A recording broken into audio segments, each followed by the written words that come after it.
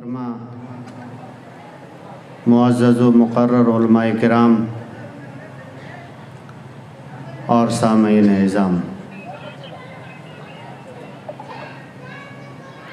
आज का ये खूबसूरत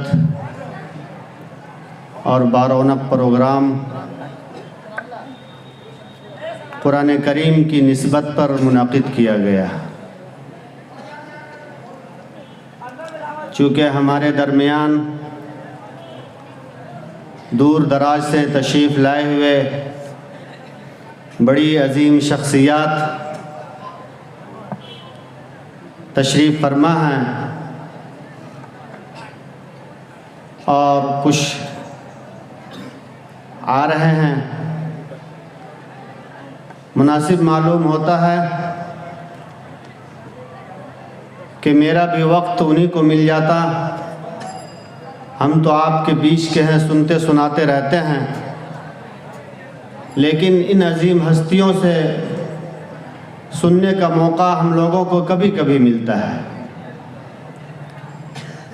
सिर्फ़ एक पैगाम के साथ कुरान करीम की निस्बत पर मैं रुखसत हो जाऊंगा।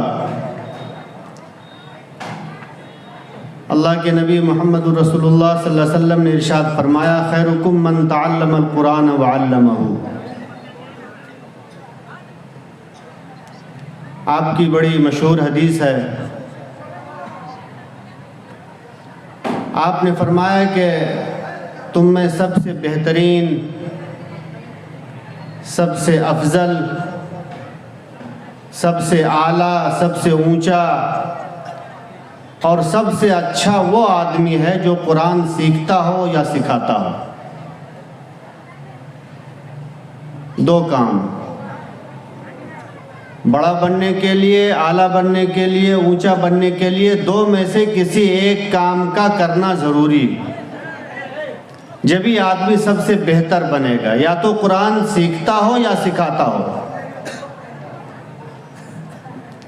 सीखने के लिए कोई ज़रूरी नहीं है कि मदरसे में दाखिल हो, उम्र की भी क़ैद नहीं है कि बच्चा ही सीखता हो। सीखने की उम्र माँ के गोद से कब्र में जाने तक का है।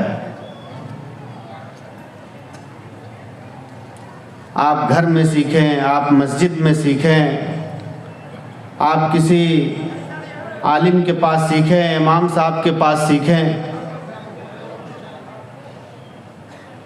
और सिखाने की भी कोई जगह मुतय्यन नहीं है कि मदरसे ही में सिखाया जाए। आप बच्चों को सिखाएं, कौम के बच्चों को सिखाएं, अपने बच्चों को सिखाएं, घर के औरतों को सिखाएं, घर के बच्चों को सिखाएं। जहाँ मौका मिलता हो, इन दोनों कामों में से कोई एक काम अगर आप कर रहे हैं तो सबसे बेहतर। और अगर इसी का उल्टा मैं कह दूं कि सबसे बदतर, सबसे खराब, सबसे नीचा और सबसे अहकर कौन आदमी है जो इन दोनों में से कोई एक काम नहीं करता है, न कुरान सीखता है न सिखाता है।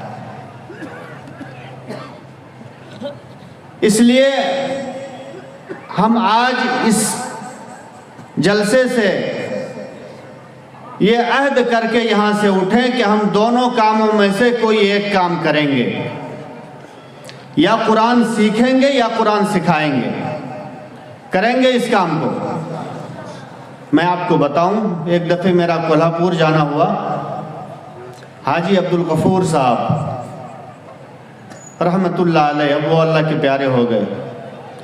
उस वक्त उनकी उम्र 80 साल की थी। हमारे एक दोस्त रहते हैं पूना में, पहले वो कोल्हापुर में रहते थे, एक मस्जिद में इमाम थे। मेरा उनके पास जाना हुआ।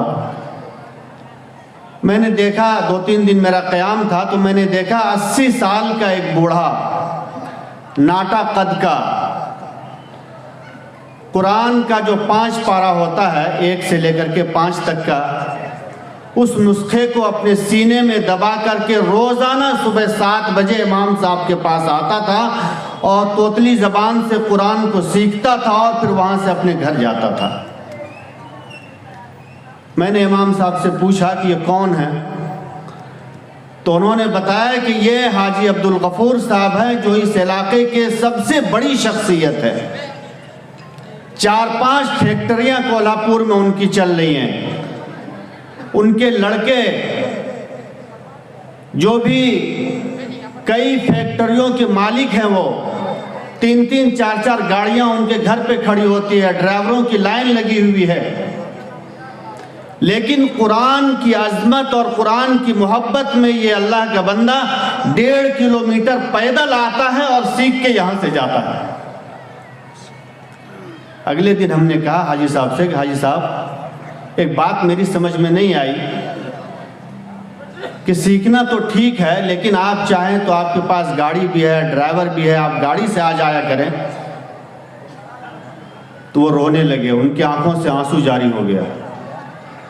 उन्होंने कहा कि हक तो ये था कि मैं किसी मदरसे में दाखिल हो जाता और वहाँ कुरान को सीखता, किसी उस्ताद की मार मुझे पड़ती, लेकिन वो चीज़ अब मुमकिन नहीं है। तो इतना मैं कर सकता हूँ कुरान की मोहब्बत में, हो सकता है अल्लाह ताला को मेरी ये अदा और मेरा ये चलना पसंद आ जाए और मेरी बख्शिश हो जाए। ये है कुरान की मोहब्बत। इस वक्त हिंदुस्तानी नहीं बल्कि पूरी दुनिया में मुसलमानों की बदहाली और उसकी पसमानदगी की बुनियादी वजह अगर मैं ये कहूँ तो सिर्फ और सिर्फ एक ये है कि वो कुरान से दूरी है, कि मुसलमानों ने कुरान से अपनी दूरी बना ली है। कुरान हमारे घरों में निकलता है या तो रमज़ान में निकलता है या कोई मर जाता है, मरने वालों के ऊपर पढ़ने के लिए निकाला जाता है। कुरान तो हमारे लिए था, कुरान का हक था कि हमारे घरों में पढ़ा जाता, उसकी तिलावत की जाती, उसके मानी और मफ़हूम को समझा जाता और समझाया जाता। ये हर घर में इसका मामूल होना चाहिए था। अल्लाह ताला से दुआ करें कि अल्लाह ताला हमें समझने की तौफीक अता फरमाए। जितने भी लोग कुरान पढ़े हुए हैं,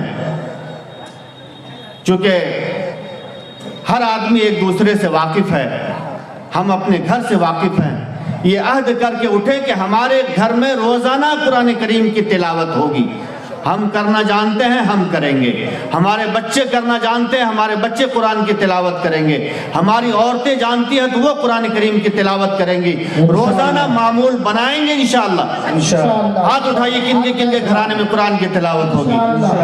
अल्लाह ताला कबूल फरमाए। इन्हीं बातों के साथ मैं अपनी बातों को ख़त्म करता हूँ। व आखिर दावाना अनिल हम्दुलिल्लाहि रब्बिल आलमीन।